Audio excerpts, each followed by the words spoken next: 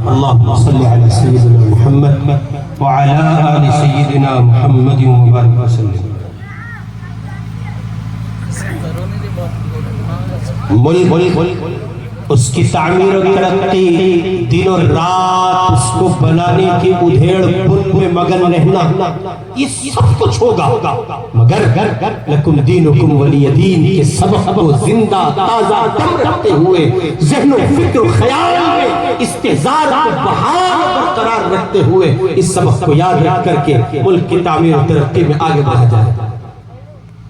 اس لیے قرآن مقدس کا یہ سبق سن لیجئے. قرآن نے کہا یا ایھا الذین آمنوا اتقوا اللہ حق تقاتہ، ایمان والو اللہ سے ڈرو جیسا ان سے ڈرنے کا حق ہے، اور تم کو موت نہیں آنی چاہیے مگر یہ کہ تم اس حال میں مرو کہ مسلمان رہو. تین سبق ایک آیت میں چھپے ہیں. پہلا یہ کہ ہر حال میں ہر جگہ اللہ ہی سے ڈرنا ہے، اللہ کے سوا کسی سے نہیں ڈرنا ہے. کوئی نہیں ہے، کوئی نہیں ہے، قطعاً نہیں ہے، کبھی نہیں تھا، کبھی نہیں ہوگا. اللہ تھا، اللہ ہے اور اللہ ہی رہے گا، اللہ کے سوا کوئی.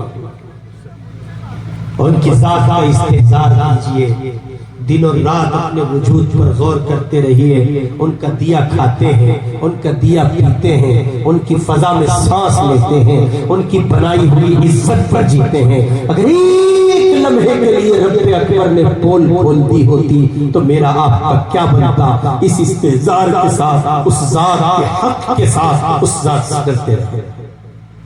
اپنے ایمان کے تحفظ کو یقینی بنائیں.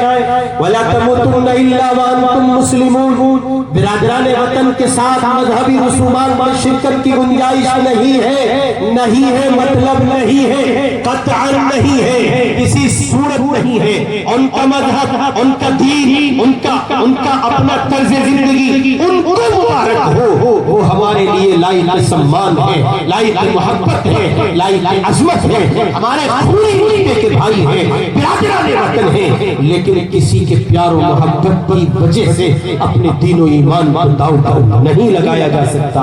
مسلمان لڑکی کا مسلمان لڑکے ہی کے ساتھ زندگی گزارنا اللہ کی عدالت میں روا رکھا گیا ہے. ایک مسلمان لڑکی کسی غیر مسلم لڑکی کو اپنے لیے منتخب کرے، سمجھ لیجئے دائرہ اسلام سے خارج ہی نہیں ہے، بلکہ وہ اسلامی نظام کے مطابق اس سزا کی مرتکب ہے جس سزا کو پانے کے بعد انسان کا وجود فانی سے باقی کا حصہ ہو جاتا ہے. اس لیے جمعیہ اسلام پر وَلَا تَمُوتُنَّ إِلَّا وَأَنْتُمْ مُسْلِمُونَ، جمعیہ اسلام پر جمعیہ. اور میں گزشتہ 2 سال قبل جب آپ کی خدمت میں حاضر ہوا تھا یہ بات کہہ کے گیا تھا، اپنے اسلام کو ظاہر کیجئے، مسلمان ہونے کو دکھائیے. ملک کا قانون آپ کو اس کی اجازت دیتا ہے، دستور کی اجازت دیتا ہے. یہ کسی کے باپ کا ہندوستان نہیں ہے، یہ آپ کے بزرگوں کے خون سے سینچا ہوا ہندوستان. اس لیے اسلام پر قائم رہیے، اپنے ایمان کا تحفظ کیجیے، مضبوطی کے ساتھ، پختگی کے ساتھ، ہر ایک کے ساتھ حسن سلوک اور پیار و محبت کی فضا کو ہموار رکھتے ہوئے اپنے ایمان و اسلام پر قائم رہیں گے. انشاءاللہ ہلکی ہے آپ کی انشاءاللہ، پھر سے کہیں انشاءاللہ. اور یہ کہنے کی نہ ہو حضرت، یہ بدلنے کی بات ہو گیا، بات سن لیا آپ نے جلسے سے.